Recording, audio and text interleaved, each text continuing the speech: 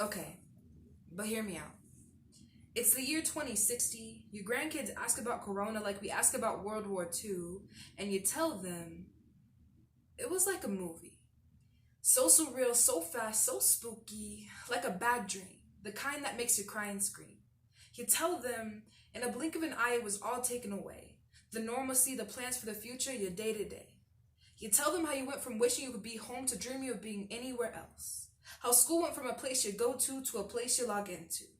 You tell them Netflix went from an occasional thing to the only thing that kept you sane. About the memes, the hope for vaccines, the toilet paper, the panic buying, the 6 feet apart, the Zoom meetings. You tell them about first you were scared.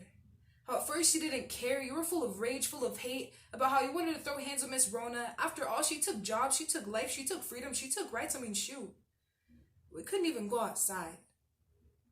But you tell them about how many people died, about how people started to unite, howling out at 8 at night, realized the only way we could win is by staying home to protect those barely able to fight for their own lives. You tell them that it got better.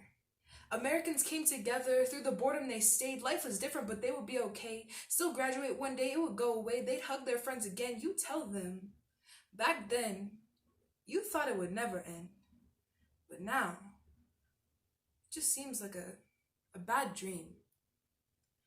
It's the year 2020.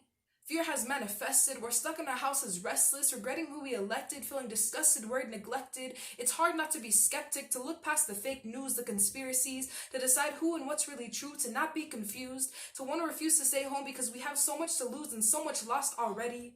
Our government is far from steady. We're sitting ducks, helplessly watching the world erupt and our life stop so abrupt. But now is a time more than ever we have to unite, rise up for those unable to fight, for the old, the young, the sick, the poor, for the essential workers holding America up by the core, for the doctors having sleepless nights so that people like you and I can survive, for those having to bury their loved ones without a chance to say goodbye, for the people barely getting by, for everyone risking their life. Staying home is one small sacrifice so that more of us can stay alive.